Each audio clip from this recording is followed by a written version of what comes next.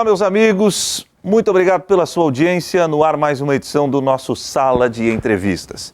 E que tal encarar quase 54 mil quilômetros de moto? Em 3 meses, um ex-bancário e hoje motociclista foi até o Alasca. Foram 14 países e, claro, muitas histórias, que resultou nesse livro aqui. Hoje, no Sala de Entrevistas, tenho a honra de conversar com o motociclista Nilton da Silva. Tudo bom, Nilton? Tudo bem, amigo. Como é que tá? Muito bem, graças a Deus. Vamos pelo começo, então. O bancário aposentado resolveu comprar uma moto ou essa paixão por moto já vem há muito tempo? Essa paixão veio desde os meus 17 anos, quando eu adquiri a primeira moto. Estava completando 18 anos. Tu lembra que moto era? Era uma CG 125. Tive 2 CG, com elas eu fiz 130 mil quilômetros, rodando Santa Catarina. Tudo começou com a CGzinha? Exatamente. A maioria começa assim, né? É o Fusca. É o Fusca das motos. Exatamente. Ela aguenta, vai também. Já me perguntaram, se fosse para ir para o Alasca, vai demorar mais, vai ter um pouco mais de dificuldade, menos conforto, mas vai também. A bichinha é danadinha mesmo? Danada, CG. Aí depois parti para uma XL, aí foi gradativo assim, para as motos até chegar na que eu estou hoje, que é uma 1.200 cilindrada, que foi a que a gente fez a viagem. É uma BMW, né? Uma BMW, Adventure. Legal. Mas quando você comprou sua primeira moto, isso a gente está falando de quanto tempo? 40 anos. 78, 77, por aí. 78, Final de 77, começo de 78. E aí, como é que começou essa paixão? Porque comprou a moto para trabalhar, creio eu, ou já comprou com a intenção de... Não, eu comprei a moto para trabalhar. Eu trabalhava numa loja de móveis aqui, era cobrador. Na época tinha muito cobrador de bicicleta, a pé. Cobrador que ia nos clientes? Sim, tinha muitos clientes que compravam e pediam para ir cobrar na empresa, as esposas compravam na loja. Não existia muito cobrança em carteira, em banco. Então era cobrado mesmo manualmente. Você ia lá, cobrava do cliente. Com a além daqueles aquela? Sim, não, com duplicados mesmo, recibos. Mesmo. Recibos. E aí você também... Ia com aquela bolsa de couro do lado. Exatamente. Foram 6 anos assim. Até depois eu comecei a trabalhar em um banco aí da cidade também. Você começou a trabalhar no banco, né? Isso. Bom, então, mas aí depois da CG você começou a conhecer mais pessoas e foi se envolvendo com o motociclista. Sim. Qual é a diferença do motoqueiro para o motociclista? Sempre se fala que motoqueiro ou motociclista diz que é um tom mais pejorativo, que é aquele cara que gosta de fazer o esparro e tal, e não respeitar muito as leis. Então eles fazem esse tom de pejorativo de motoqueiro. Motociclista eu não ligo muito para isso, não. Chamar motoqueiro, motociclista, eu sei que eu ando de moto. Meu negócio é andar de moto. E qual foi a tua primeira galera? Quando tu começou a ver que esse veículo, que era uma ferramenta de trabalho, poderia se transformar num hobby? Foi quando a gente montou o primeiro motoclube aqui em Criciúma. Na época tinha o Salomão, ele era DJ do União Mineiro, o Robson foi pro nosso presidente. A gente tinha em torno de umas 20 motos. E a gente chegou a fazer um motocross aqui na Corda Bamba, onde é o campo do centro de treinamento Criciúma hoje. Então ali foi... A minha paixão por moto já vem desde a adolescência. Eu sempre andava de bicicleta, mas eu queria... Imaginando moto. Imaginando moto. Sempre foi uma paixão ter moto. Então eu sempre digo assim, fazer essa viagem, fazer viagens que eu fiz, lugares que eu queria conhecer e poder ir com a minha moto. Então assim, foi um prazer duplo. Conhecer o lugar e estar com a minha moto, podendo trilhar esses lugares que eu queria conhecer. E qual foi a primeira viagem que tu fez? Grande, assim, a primeira viagem, assim, local, aqui eu fiz de CGzinho, assim, andei dentro de Santa Catarina e tal. Aí depois, quando peguei moto maior, daí a gente ia pro Rio Grande do Sul, daí já era com a esposa. A gente colocava uma barraquinha, não existia GPS, celular, nada. Era o guia, na raça? Guia 4 rodas. Aquele da revista? Exato, aquele guia 4 rodas. Então a gente pegava aquele... Pra onde a gente vai esse final de semana? Isso já rompendo nos anos 80? Isso, aí já estava em 81, 82, aí a gente já começou a acampar, já era Rio Grande do Sul, Paraná, a gente já começou a interestadualizar. E aí foi crescendo essa paixão, aí veio os filhos, me interrompeu um tempo de andar de moto, porque eu tive 2 filhos, tenho 2 filhos, né? Enquanto eles eram menores, a gente, eu até me desfiz da moto para não... Até aquele negócio está saindo, então assim, fiquei foi um pequeno período aí que eles tiveram, até eles ficaram perto da adolescência, e aí a gente voltou a andar de moto e a esposa. E eles herdaram essa paixão? Não. Eles não gostam de moto? Não gostam de moto. Eu tenho pavor de moto, cara, eu não gosto de andar nem na carona. É um meio de comunicação perigoso? De comunicação de transporte perigoso? Não, assim, ó, eu sou apaixonado por moto, né? Eu tenho meu carro, eu ando melhor na moto do que no meu carro. Você se sente mais seguro na moto? Na moto. Eu me sinto mais seguro. Essas motos de hoje, elas têm uns... Por exemplo, a moto, para ter uma ideia, a moto que eu tenho hoje, o módulo de injeção é um módulo. Tem 15 módulos nela. Então ela tem módulo de corrigir de curva, tem módulo para você andar na chuva, tem módulo para você andar off-road, tem módulo para não empinar em subida, tem módulo para tudo. Ela é toda chipada, então assim, elas se dão muita confiança. A dirigibilidade dela é muito boa. A frenagem, tudo com ABS, 2 discos frente, 1 disco trás. Então ela te dá uma frenagem muito mais rápida do que a do carro, porque também é mais leve. É mais leve. E ela também te dá uma potência maior. Uma moto dessa hoje, ela tem 128 cavalos. Essa tua aqui, essa tua BMW? Tem 128 Isso significa cavalos. que potência no motor? Um pouco mais que um Fiesta. E ela pesa e muito mais leve, né? 270 quilos. Uau! Então, assim, ela é... Então, por isso eu me sinto mais seguro. E por também já a gente tá meio calejado já de andar de moto, né? Eu devo, assim, por baixo ter feito mais de 500 mil quilômetros de moto. Então, te dá uma certa segurança. Sabe os perigos. Não quer dizer que não possa acontecer. Uhum. O respeito, eu não digo medo, mas o respeito com a estrada, com onde você anda e como você anda, isso tem que existir sempre. As leis de trânsito sempre? Tudo, isso tem que existir sempre. Não é só no motociclismo, também em qualquer tipo de veículo, né? Mas a maior paixão, e eu sempre digo assim, que eu acho que todo motociclista fala, é que você, quando anda de moto, quando você está de carro, você vê a natureza. Quando você está de moto, você faz parte dela. Você sente a natureza? Você se integra a ela. Uhum. Tanto que em cima de uma moto, às vezes você passa as 4 estações do ano, às vezes em um dia só, né? Às vezes você sai, está muito frio, chega de manhã, está aquela temperatura gostosa, à tarde está aquele calor, à noite já esfria de novo. Então você tem que estar com uma roupa adequada, tem que estar parando, trocando de roupa. Tudo isso faz parte de uma viagem. Ô Nilton, essa tua BMW aqui, ela é econômica? Ela, assim, ó, em termos de consumo, ela faz entre 16 e 18 km por litro. Né? E qual é a capacidade dela? Essa é 30 litros. A autonomia de? 500 km. 500 km. Interessante, interessante. É a gasolina esse? Gasolina. Legal, cara. Agora, como é que pintou esse projeto e quando foi que você e os seus amigos... Foi voo solo ou foi em grupo? Não, foi em grupo. Pintou assim, porque tive 2 outras 1200 que eram Yamaha, era Super Teneré. Uhum. Com uma eu fui a Machu Picchu, que era um sonho de infância, conhecer. Peru? Em Cusco, né? Uhum. E essa minha esposa foi junto, a Magleia. E ela é parceira? Tranquilo. Então assim, a gente foi a Machu Picchu. Antes disso a gente foi aqui ao Uruguai, passamos aquele backbus, fomos a Buenos Aires, subimos a Cordilheira, passamos Mendoza, fomos a Santiago, que incrível. Subimos o Pacífico, fomos a São Pedro de Atacama e voltamos. No ano seguinte, fomos a Machu Picchu. Aí fomos Lago Titicaca, Puno e voltamos pela Bolívia.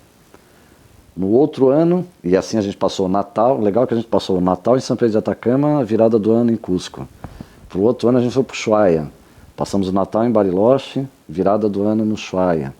Então assim, ela sempre juntos. Ela só não foi nessa porque ela ainda trabalha, é professora, está trabalhando ainda e a gente sabia que ia ter uns perrengues nessa viagem, então a gente... Quando você fala o perrengue, o quê? São os imprevistos de uma viagem de 54 mil quilômetros. Exatamente. É uma viagem que a gente... Eu programei ela por 2 anos. Então quando falo em grupo, eu comecei a projetar ela e um primo meu de Orleans, o Ricardo, se eu vou na viagem, tá? E a gente começou a conversar. Aí chegou um certo ponto que ele disse, não vou mais. E eu tinha programado ela para 2018, para esse ano. Certo. Eu antecipei ela 1 ano. Eu já estava saindo da empresa, então eu disse, vou sair, já tinha um incentivo para sair. Tá com a grana da aposentadoria. Exato, vamos aproveitar e fazer já. Aí ele resolveu em cima da hora, ele foi. E ele acabou indo, seu primo? Foi. E quando ele falou que não ia, eu acabei anunciando no Mochileiro. Aí tem um gaúcho, que foi o Edson, de Porto Alegre, e o Rocha, o Rogério Rocha, que é de Minas Gerais. Nós somos em 4. Um Catarina, um gaúcho e um mineiro. 2 Catarinas, né? Eu e o Ricardo. Verdade. E um gaúcho e um mineiro. E quem completou todo o percurso ida e volta foi o meu primo, porque o gaúcho chegou na Colômbia, ele mesmo ia falando, eu quero fazer uma viagem mais longa, eu quero me embrenhar mais na América Central. Aí ele acabou ficando em Bogotá, onde a gente transportou as motos para o outro lado, para o Panamá. E o mineiro, ele não levou o visto canadense, então ele não entrou no Canadá. Mas o visto canadense não é facinho de tirar? Se você tem o americano, hora, principalmente, né? Eu mandei o meu passaporte, né, para uma empresa aqui. Se você já tem um americano, é simples também. Mandei para uma empresa de turismo, eles mandaram meu passaporte, em 30 dias estava de volta com o visto. E tu já tinha um americano, né? Já. Então, assim, ele não levou e achou que porque tinha uma matéria de que não precisa mais. O brasileiro, se tiver um visto americano, ele não precisa se for aéreo. Se for visitar, se for de avião. Terrestre, precisa. Aí ele acabou ficando nos Estados Unidos, na casa de um amigo, na volta, a gente pegou ele lá, perto de Nova York, Stanford, e na entrada do México a moto dele deu problema. Arrumou, aí ele chegou até na Guatemala, ele desistiu. A moto dele ainda está lá, está nos entrames ainda para trazer, nos trâmites. Tem todos os problemas burocráticos. Tem uns problemas lá e ele já está, ele foi o primeiro a chegar de volta ao Brasil. Certo. E você e o seu primo, então, na verdade, conseguiram chegar ao destino final? Sim, fomos, tudo que a gente planejou, subir pela costa do Pacífico, descer pelo outro lado, tudo que a gente planejou, um pedacinho lá da Baixa Califórnia que a gente queria fazer, mas estava muita chuva, a gente pegou muita chuva na Colômbia e no México, então havia muitos deslizamentos, então mudamos um pouco o roteiro, ali entrando mais pelo meio do México, mas no mais, viagem perfeita. Bom, e deixa eu te fazer uma pergunta indiscreta, responde se tu quiser. Grana, quanto é que gastou para fazer essa viagem? Essa viagem, assim, ela podia ser mais barata, vou antecipar um pouco. O total dela foram $15 mil. Mas ela poderia ser mais barata. Nós optamos, cada um ficava num quarto, a gente poderia ter ficado em quarto triplo ou quádruplo, diminuiria bastante esse custo. Você tem um custo de transportar a moto, tinha a opção de mandar por barco lá na Colômbia, para Panamá, a gente optou o avião. Por barco lá você gastaria em torno de $400, por avião é $1.000 cada moto. Então só ali foram $2 mil, ida e volta, mais uns $500 da passagem de ida e volta nossa, né? De cada um. E o que vocês optaram no avião? Por causa justamente da chuva? Não, sim, a gente foi até Cartagena e visitou os barcos lá que transportavam, barcos pequenos, e gerou muito assim, não deu confiança, gerou uma incerteza. Exatamente, de que se a moto chegaria lá. Eu tinha lido relatos de que tinha motos, e vi vídeos de a moto caindo no mar e tal, então assim, a gente preservou em continuar a viagem com segurança, então voltamos a Bogotá e despachamos no avião. Pagou um pouquinho mais. Mas garantimos a nossa passagem. Isso de avião, é uma horinha. Percurso? Uma horinha, rapidinho. Uma horinha. Tanto que o Estreito de Darien ali é o único lugar que não tem rodovia, são 160 quilômetros que não tem a Pan-Americana. O resto tudo você viaja em cima da Pan-Americana, as 3 Américas. E a documentação? Documentação, aqui na América do Sul que você precisa, a nossa carteira de motorista, você roda as 3 Américas, não precisa a carteira internacional. O documento da moto, Estados Unidos e Canadá nem pede o documento da sua moto, só quero ver o teu passaporte e o visto. Tá legal, vai embora. Agora aqui na América do Sul e América Central, aí cada país pede um seguro, tipo um seguro contra terceiro. Então aqui, por exemplo, eu faço seguro aqui no Brasil, eu já ganho uma carta verde, que se chama, para você transitar Uruguai, Argentina, Paraguai, Mercosul. Aí o Chile já pede outra, o Peru já pede outra, então em torno de $20, $30 cada país, você tem que fazer um seguro contra terceiro. E eles te seguram bastante na fronteira, assim, muita extorsão, muito delinquência juvenil, querendo extorquir, na América Central principalmente. Propina, muita. Tem que molhar a mão, senão não passa. Na Bolívia, os policiais tentando extorquir. No Panamá, que eu não acreditava que existia, os policiais paravam pedindo dólares. Então você tinha que ter jogo de cintura. Negociando assim com isso. Legal. E daqui a pouco a gente fala mais sobre isso. Quero falar um pouquinho desse livro aqui, que é o livro que conta essa aventura do Newton, ele que saiu de Santa Catarina de moto e foi até o Alasca, 54 mil quilômetros, aproximadamente, deu 53.700 e alguma coisa. Daqui a pouquinho ele fala mais sobre isso. E já nós voltaremos com essa história incrível de um brasileiro que fez uma aventura, de se tirar o chapéu. Já voltaremos.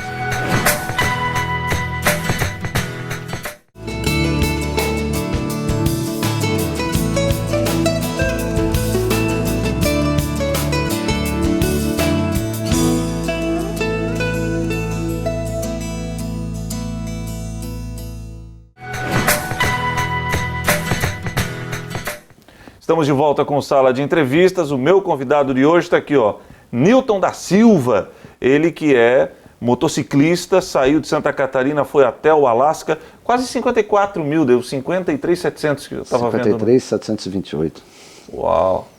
Foram 100 dias de alegria. É verdade, quando você chegou em Honduras, chamou a atenção que os cidadãos de Honduras andavam armados? Exatamente. Mas a arma é Velho Oeste. Não, são armas .40. Não, eu tô falando, tipo, Velho Oeste é na cintura, né? Na cintura. Eu até falei com... A gente almoçou, porque havia um protesto lá, tinham fechado a estrada e a gente tinha visto num restaurante, eram umas 11 horas, optamos por voltarmos e almoçar. Aí a gente estava almoçando, aí o meu primo, estava só eu e meu primo, já era a volta. Aí ele falou assim, o pessoal ali está armado. Eu disse, o pessoal da polícia. Aí eu comecei a olhar outra mesa, o pessoal também é armado. Nisso encontramos um brasileiro que mora há 8 meses lá. Aí conversamos com ele. Ele disse, não, aqui é todo mundo armado. Todo mundo armado. Ele disse, bandido aqui não se cria, nós mata. Mais ou menos assim. Uau. E como é que é o índice de criminalidade? Grande, é alto. Então a população já não conta mais com a polícia? Os pedágios, tem todo o pessoal sempre com armado, vigilância, posto de gasolina, na sala de conveniência. A pessoa armada lá dentro, com escopeta, o cara entra com o cara com escopeta do lado do caixa. Que loucura! O pedágio, cada caixa do pedágio, o cara armado. O México também se cuida muito do pedágio. Você passou pelo interiorzão Eu tenho uma curiosidade de conhecer o interior do México, rapaz. Passamos assim, a metade do México foi pelo interior, porque a gente foi até Acapulco. Certo. Ficamos em Acapulco e ali chegamos com muita chuva em Acapulco e todo o trajeto do México a gente pegou muita chuva. Então a gente ia pela Baixa Califórnia, resolvemos cortar pelo meio, que eu tinha falado anteriormente. Aí Baixa Califórnia é uma região? Você pega todo ali onde vai sair na Califórnia, nos Estados Unidos, né? Então ali é muito bonito. Mas era muita chuva e um proprietário lá de uma oficina de motocicleta nos orientou para que a gente fosse pelo meio do México, que seria mais seguro. E a gente foi por Toluca. A gente não foi até o México, da cidade do México, porque é 2 São Paulo quase, então entrar lá seria... Então a gente foi a Toluca e aí a gente acabou entrando nos Estados Unidos em Laredo. Aí Laredo a gente foi a San Antônio para ver a moto do Rocha, que estava dando problema. E dali a gente começou a fazer o percurso dentro dos Estados Unidos. Pegou a Route 66, a famosa histórica Route 66. Aí fomos para Las Vegas. Aí de Las Vegas a gente foi a Los Angeles. De Los Angeles fomos a São Francisco, passar a Golden Gate, que era um sonho também. Passar com a minha moto, com a nossa moto. Então, passou pela Golden Gate? 2 vezes para marcar bem, que era um sonho também de conhecer a Golden Gate. E aquilo que eu falei aqui para você em off, né? Assim, era um sonho, são lugares que eu gostaria de conhecer e sempre foi assim um prazer em dobro, porque eu conheci andando com a minha moto. Eu vejo que você se emociona com isso. Claro, mas rapaz, isso aqui tá vivo ainda, faz só 1 ano e... E quando você chegou na Golden Gate, assim, o que você... Eu coloquei no piloto automático, levantei os braços, os carros buzinando, eu digo, deixa buzinar, deixa eu curtir esse momento que é único. Que eu digo que é único esses momentos porque... Os colegas iam ouvindo música e, em momento algum, eu até coloquei o intercomunicador, às vezes, para ter alguma comunicação com os colegas, mas não ouvia a música. Então, assim, uma viagem de 100 dias que tu faz uma introspecção, que tu faz um release teu, né? Assim, da tua vida, tu faz muito. É um filme que passa na cabeça? Sim. E aí tu vê aquelas imagens, assim, porque no livro falar, eu tenho filmes que eu fiz, mas nada do que está na retina, está aqui no teu cérebro, do que a gente viu, o que a gente visualizou, o que a gente passou, isso tudo a gente não consegue. Pelo máximo que a gente tenta transferir para um livro, para um vídeo, só passando lá mesmo para sentir. E o Canadá? O Canadá é um país lindo. Ele é assim, ele foi, em termos de custos, foi o mais caro da viagem. Ele é caro. O dólar canadense está mais alto que o dólar americano. Né? Não, tá assim, o dólar, quando nós estávamos lá, um dólar americano valia 1,1, 1,2 dólar canadense. Empatado. Praticamente empatado. Mas os hotéis eram mais caros do que o próprio Estados Unidos, do que o próprio Alasca. Então assim, mas país muito lindo também, muitos lagos, região de montanhas e uma estrutura lá, aí eu vi que eles andam muito de trailer, de motorhome, é direto nas estradas. E tem estrutura mesmo, né? À beira dos lagos você tem para conectar gás, energia, água. Você chega lá com o trailer, conecta tudo, como se estivesse dentro da sua casa. Você tem toda a estrutura lá para conectar um trailer, um motorhome. Tem todas as esperas lá na beira dos lagos lá. Então assim, muito, muito lindo, país fantástico. E o Alasca, que é um território dos americanos, Exato. comprado da Rússia e que é um verdadeiro, digamos assim, não enigma, mas é que todo mundo fica fascinado pelo Alasca. Como é que é o Alasca? O Alasca, assim, ele é, a vegetação, inclusive, ele é muito parecido com o Canadá, assim, né? Vem grudado ali com o Canadá, né? E a gente passou lá, era verão, né? Então, o que a gente queria conhecer mesmo, queria ir até o fim, queria conhecer as estradas. A gente não estava assim... O Canadá, a gente não foi Anchorage, foi só Fairbanks. Tem vários outros pontos para você visitar, né? Quem vai um turismo para visitar só o Alasca, daí faz uma visitação maior. Nós fomos mais para pegar a highway lá, né? A Dalton Highway, que é a que vai até o final lá. É onde os americanos fazem a extração do petróleo. É o final onde você chega rodando, Prudhoe Bay. Então a gente foi até Prudhoe Bay, e ali nós pegamos 800 quilômetros de Fairbanks até lá, 600 são estrada de chão. Então muita pedra, ali foi um dos perrengues da viagem que a gente fala, né? Que ajudei bastante, né? A gente fez a ida em 12 horas, esses 800 quilômetros, e a volta a gente fez em 11. Mas o Alasca, assim, ó, ele está um pouco mais devastado que o Canadá, tem já um desmatamento meio grande no Alasca. E outra coisa assim que a gente, de curiosidade, né, que tinha, era os ursos, né, que a gente pegou desde o Canadá, 11 ursos. Urso Eu pardo? contei, o pardo e o preto. O preto também? Pardo e o preto. Diz que o pardo é mais agressivo, né? Assim, ó, todos que eu vi, né, eles, assim, ó, o primeiro mesmo, que ele estava em cima da pista, que eu não consegui pegar a imagem dele. Na pista, cara? E eu já parei, como tem receio, o primeiro urso que você está vendo, eu parei já parei a moto na diagonal, uns 100 metros dele, e a moto ligada. E ele olhando para ti? Sim, ele parado bem no meio das duas faixas, e ele olhando. Aí eu fui colocar a mão para ligar a GoPro, no controle para ligar a GoPro, e ele deu um pulo no acostamento e se embreou no mato. Vazou. Na verdade, o urso, ele tem medo da gente. É um animal que tem medo. Agora, assim, se você provocá-lo, ele vai ter reação. E ele é grande, né, cara? É muito grande. E se você, ele passa de 2 metros de altura quando ele fica em pé, né? O adulto. Ou se tiver filhotes por perto.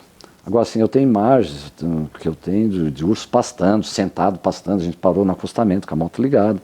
Outros carros parados. Ele ali pastando já. Não deu nem bola. Eles não, então, se você não mexer com eles. Tanto que tem urso que às vezes vai nas casas lá, pega resto de comida, não vai mexer nos lixos. Para eles é meio comum lá, o urso. Que bacana. E tudo está registrado nesse livro, Milton? Tudo está nesse livro aí. Alasca, uma aventura sobre 2 rodas. Você contratou algum jornalista para escrever ou você mesmo escreveu? Não, eu mesmo escrevi a correção. A gente não fez correção ortográfica. Minha esposa, que é professora, deu uma ajeitada na gramática. E assim, para ficar bem marcado mesmo da viagem. Ali está contando, eu dividi ele em 100 dias, foram os dias das viagens, então cada dia eu conto um pouquinho do que foi aquele dia. À noite, o pessoal, como é que tu fez isso? Tu anotava? Não, à noite eu gravava, eu chegava no hotel, gravava na própria GoPro, como é que foi aquele dia. Então, aí eu acabei escrevendo ele em 3 meses, acabei escrevendo ele na volta. Aí. E para quem está curioso com o nosso programa, pessoal do restante do Brasil, como é que faz? É só entrar no Mercado Livre, você vai encontrar lá, coloca Alasca, uma aventura sobre 2 rodas, o livro de viagem ao Alasca, você vai acabar encontrando ele lá. Você vai despachar para o cidadão, né? Sim, eu tenho vendido já, tem vários grupos de motociclistas que têm me pedido, porque eles fazem tipo um roteiro desse livro. Tem um casal agora que saiu a semana passada para o Alasca, aqui de Santa Maria, até ele me ligou e disse, minha esposa já devorou teu livro umas 2 vezes, porque eles estão indo justamente agora e vão passar lá por esses mesmos locais. Se fosse na navegação, seria uma espécie de carta náutica. Exato, exato. É um mapa. Você pode seguir ele aí que vai chegar no Alasca e vai voltar tranquilo. Que legal, cara. E qual é a próxima que você vai aprontar? Eu estou pensando, estou programando, estou fazendo tudo para o ano que vem a gente fazer Europa.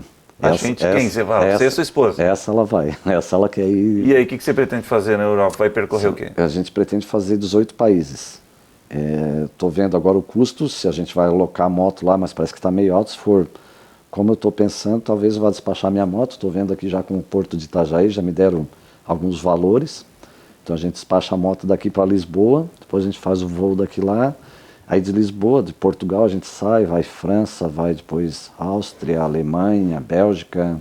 Aí desce lá pela Eslováquia, vai até a Grécia, até o final lá, volta, passa aqueles países todos ali, que é uma costa muito linda, e aí volta ali pela Espanha, também pela Itália. Eu tenho um irmão que mora lá fazem 20 anos. Mora na Itália ou na Espanha? Na Itália, mora próximo a Verona. A gente passa na casa dele lá, fica uns dias também. Então, perto desse tempo também para fazer essa viagem. Rapaz, essa daí vai dar outro livro, hein, cara? Vai, com certeza. Vai dar outro livro. Estou esperando, tenho alguns contatos também de algum patrocínio que possa surgir, né? E o pessoal que gostou da ideia, quer patrocinar, te acha onde? No Facebook? Te acha no meu Facebook, tem meu telefone do WhatsApp aqui, posso... Pode, a gente já vai botar embaixo da tela também. É o 48, código de área, 99974 0903. 99974 0903. E aí pode passar o WhatsApp, a gente pode conversar. Se alguém quiser alguma dica da viagem, estiver fazendo essa viagem, pode mandar o WhatsApp, a gente está à disposição. A BMW montou uma fábrica no Brasil, em Santa Catarina. A primeira fábrica da BMW fora da Europa é no Brasil, em Santa Catarina. Tu anda de BMW, pô. Lá, por enquanto, é só alto, né? A fábrica aqui. Mas é a fábrica, né? Eu tenho alguns contatos aí, a gente vai ver se vai dar certo, mas a gente está aberto aí. Mas eu digo que é um outdoor ambulante, né? Esses 3 baús aí são um outdoor ambulante. Eu sei que é a empresa que patrocinar. Você pretende trocar de moto? Não, eu pretendo fazer com a mesma. Essa está com 120 mil quilômetros. Rodou um pouquinho já, né? Ela é uma 2015, está com 120 mil. Quanto é que vale uma moto dessa? Assim, em valores, eu costumo fazer uma associação assim para não... Porque ela varia muito, né? Porque essa minha está equipada com GPS, os 3 baús, ela encarece um pouquinho mais. Mas é você ir lá tirar um Corolla zero hoje da fábrica. 100 mil reais? É próximo a isso aí. Se ela é equipada, é próximo a isso. Corolla deve ter isso, né? 100, 90, 100 mil reais. É por isso aí. É o valor dela equipada. Uau, cara. Com os 3 baús. Milton, existem pessoas que são iluminadas. Você é uma delas, cara. Que viagem bacana. Eu espero que você realize seu sonho de ir para a Europa também, fazer essa viagem com a esposa. E parabéns pela aventura. Quem quiser comprar esse livro aqui, gente, ó, é só ir no Mercado Livre, tá aqui, ó, Alaska, uma aventura sobre 2 rodas. Procura no Mercado Livre e negocia com o Newton aí. O Newton, por nada, já despacha o livro até com... Sim, todos os livros que eu tenho, todos eles eu tenho autografado e deixado autografado. E esse é o capacete que te acompanhou? Exatamente. Esse fez já várias viagens comigo. Legal. Você me acompanha. Obrigado por ter vindo aqui, meu irmão. Eu que te agradeço aos ouvintes aí, aos telespectadores. Não ouvintes, aos telespectadores. E aquele que precisar de alguma dica de viagem das que eu fiz, esteja à disposição. Pode mandar WhatsApp, quiser me ligar, a gente troca e-mail. Eu acho que o mundo do motociclismo é isso, é se ajudar, é fazer com que mais gente possa fazer. Que bom que todo mundo possa fazer, atingir seus objetivos e ter esse prazer que eu pude ter. Tá bom. Procura aí nas redes sociais, Newton da Silva. Alaska, uma aventura sobre 2 rodas. Foi a aventura de hoje aqui do nosso Sala de Entrevistas, que volta na semana que vem com um novo tema. Tchau.